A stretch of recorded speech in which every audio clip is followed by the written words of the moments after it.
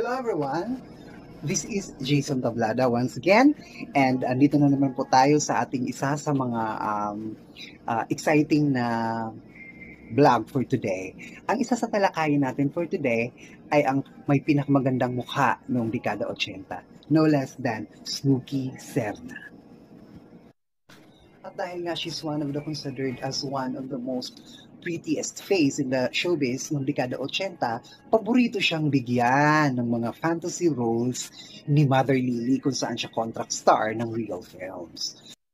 Year 1985, nang ipalabas sa widescreen ang pelikulang Suma. Ang Suma ay isang sikat na comic sa character na may ahas sa lieg. Pinalabas ito during those times sa talagang tinangkilik masyado ng mga tao ang comics. Yon.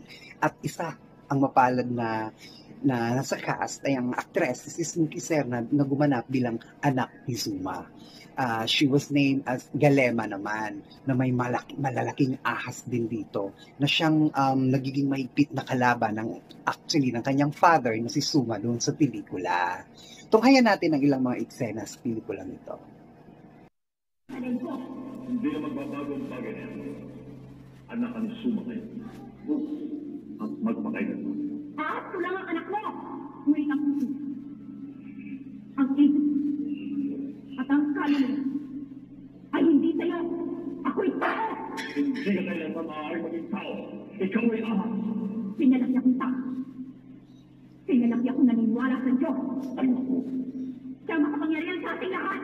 Ihuhulkan ang makapangyarihan sa lahat. Hindi ko kilala sa inukulkan. At hindi ko rin kailangan naging Diyos mo. Kung ganyan magpas tayo. Wag. Magkakampitan. Pag-usapan niyo mo. Hindi na kailangan. Magpas tayo. Ngayon. Wag. Huwag tayong magtawag. Ay dapat ipang malang tungkol sa. Ang alam ko'y kumapatay siya ng tao. Kumakain ng puso ng berhen. Hindi ko makalimutan ng ligtas na pinagpalibago mo. Pinamamat sa palang ang tunay na nagmamahal sa akin.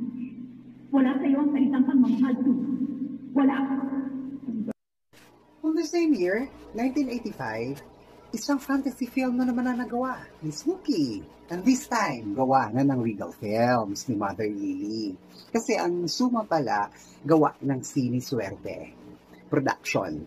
This time, Regal naman ang gumawa ng isang fantasy film sa kanilang alaga, and it was an all-star cast film. Talagang tumabo ito ng gusto sa takilya. Sa mga batang 80, siguro walang hindi nakakaalam sa pelikulang to. It's a trilogy movie kung saan first episode pa lang, Snooki Gabi na. Second episode, ang kanyang kaibigang Maricel Soriano with her love team, William Martinez, and hold your breath kung sino ang pinakas na sa pangatlong episode. Nora Honor, Tirsos the Third lang naman. Talagang isang malaking hit ang pelikulang ito, and according sa aking research, halos isang buwan pinalabas sa mga sinihan ng pelikulang mga kwento ni Lola Basyang, which starred Chichay as the Lola Basyang itself. Ayan. So, ng mga kwento ni Lola Basyang, Nina Snooki at saka Gabby Concepcion, ito'y isang, can we say, local version ng Walt Disney's Sleeping Beauty, kung saan Snooki ay gumanap bilang as Prinsesa Rosetta na sinumpa ng isang witch para makatulog for how many years, and then magising na lang siya with a true love's kiss na bigay sa kanya ng Prince Charming, no less than Gabby Concepcion. Dito matutunghayan talagang mala fairy tale na kagandahan ng isang Snooki Serna. Tunghayan natin ulit ang mga eksena ng mga kwento ng Lola Basyang.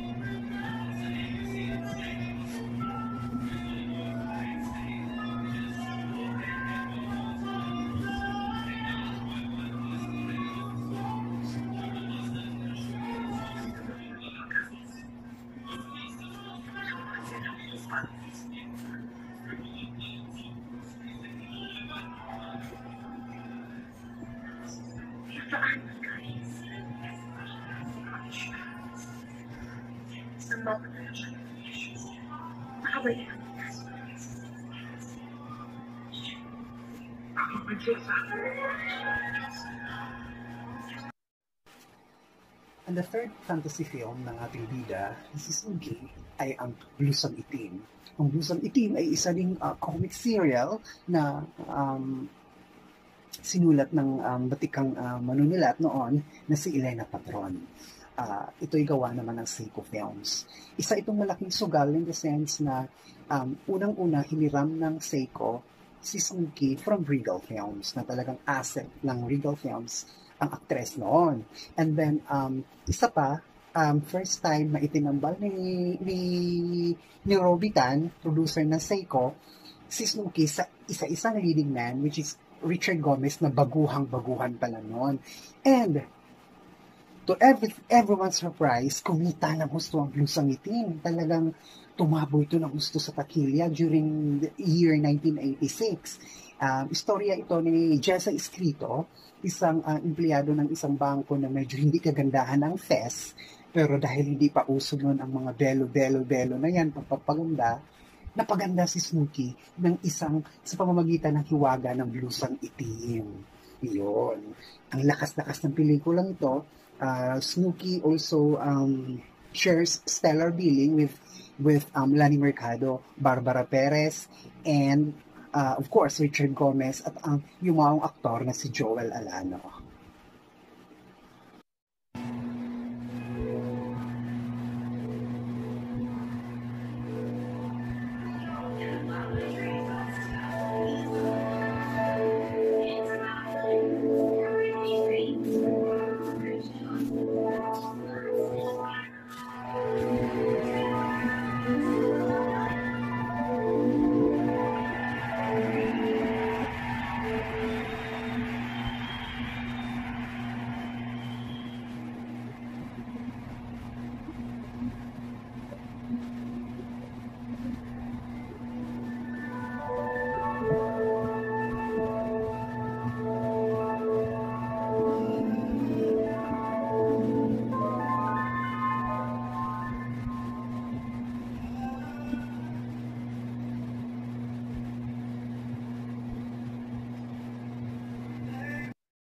Dahil tumabo na husto sa takilya ang Blusang Itim, naisipan naman ni Mother Lily na igawa naman si Snooki ng isa na mga fantasy film na kung saan kailangan na naman isa na naman siyang pangit na gumanda. This time naman, balik Regal si Snooki via Rosa Mystica. It's a trilogy movie kung saan tatlong karakter ang ginagampanan naman this time ng ating fantasy queen. So first episode, isa siyang magandang babae na supposedly ikakasal na pero namatay nung araw mismo ng kanyang kasal. Sa second naman, isa siyang sepulturera. And the third, yun yung isa siyang ubod ng pangit na katulong na inuuto-uto lang, na api-api, pero dahil sa mahiwagang salamin, gumanda naman siya. And again, surprisingly, isa na namang blockbuster hit ang pelikula. Si Snooki was also paired this time with three leading men, Aga Mulak, Eric Kison, and Gabby Concepcion.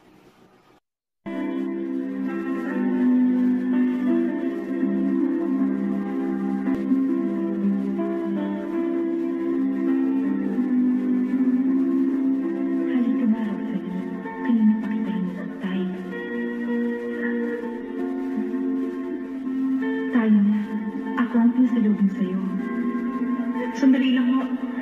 Bakit mo kaya kagad ako pinatawag dito? Pagkapasok mo, nalalaman mo kasagutan, Rosel. Marami pa ba akong mga naiwang mahal sa buhay? Mga tungkulin hindi ko pa mo natutupad. Nakikiusap mo ako. Bigyan niyo po ako ng isa pang pagkakataon, Rosel.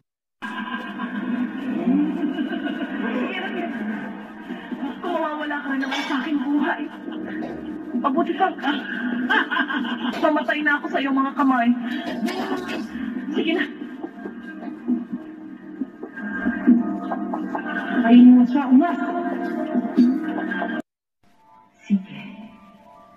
Pumasok ka sa mahiwagang salamin at magiging iyo ang kagandahang nakikita mo.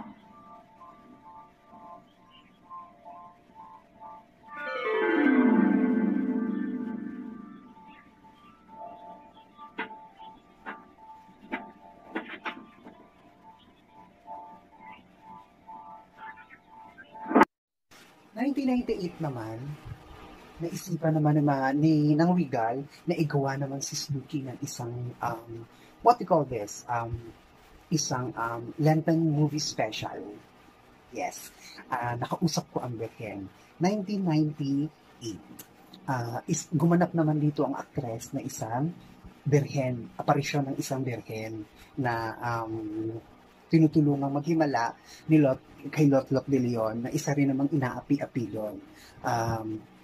Although medyo special participation lang si Snooki doon, pero siya talaga ang nasa title role. Mahal na Virgin. Milagros. Anak, nasakpili ka na naman ng kalangkutan. Labis ko pong kinalulong sa mga ginagawang kasamaan ng aking mga magulang sa inyo. Marami pang punyal ang itatarak sa iyong puso. Ang lahat ng yan ay tatanggapin mo upang makamtan mo ang langit. Samantala, maraming may sakit ang dudulog sa iyo. Sa likod bahay, humukay ka at babayan ng puso na ipanggagamot mo sa mundo. 1989, isa na namang fantasy film, another fantasy film, ang ginawa ni Snooki via Regal Films. This time, isa na naman trilogy movie na naman, 3 istorya sa isang pelikula. Sa unang episode, mga 3 kwento ng pag-ibig. This time naman si Snooki, gumanap naman siya sa first episode along with Eric Kayson na isang matandang babae na nabubuhay na for how many years, pero pag gumagabi na, gumaganda siya. Ewan ko ba bakit typecast talaga si Snooki noon ng mga ganitong klaseng roles. Well, obviously, the reason why is that napakaganda naman niya kasi talaga. Pero yan din ang reason bakit siya nagiging fantasy queen noong araw.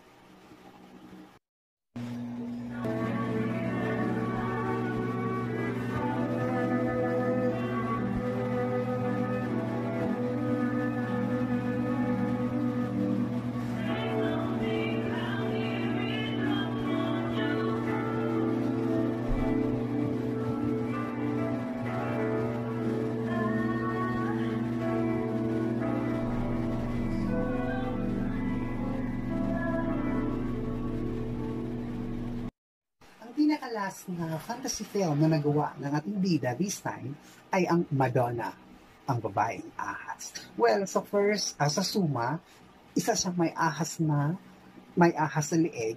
This time naman, isa naman siyang babaeng nagiging ahas pag nagagalit. Yan, siya si Madonna ang babaeng ahas. Pinalabas naman ng Regal ito noong 1991. 1991, ito na siguro yung pinaka-last na fantasy film na nagawa ni Snooki kung hindi tayo nagkakamali. So there, nakompleto natin ang listahan ng mga pelikula ni Snooki Serno na fantasy films, kaya siya tinagurian na fantasy film during the 80s.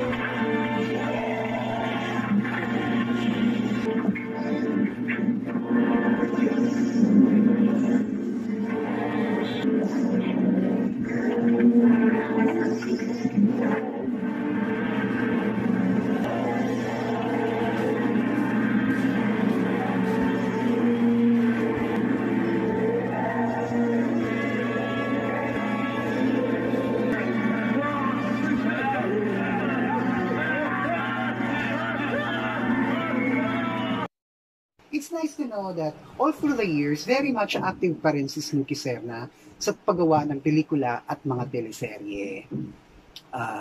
Kahit nagdaan ng maraming taon, taglay pa rin ni Snooki ang kanyang beauty and so with her talent. Isa siya sa pinaka nirerespetong aktres sa ating local Filipino movies. Thank you very much, Cine Marathon, for making this video possible. Visit their website, www.cinemarathon.blogspot.com. Thank you very much for watching my video. Hope you enjoyed it. At kung meron kayong topic na gusto nyo pag-usapan natin in the near future, just comment down below. And before I said adieu, please don't forget to like and share and subscribe. I love you all.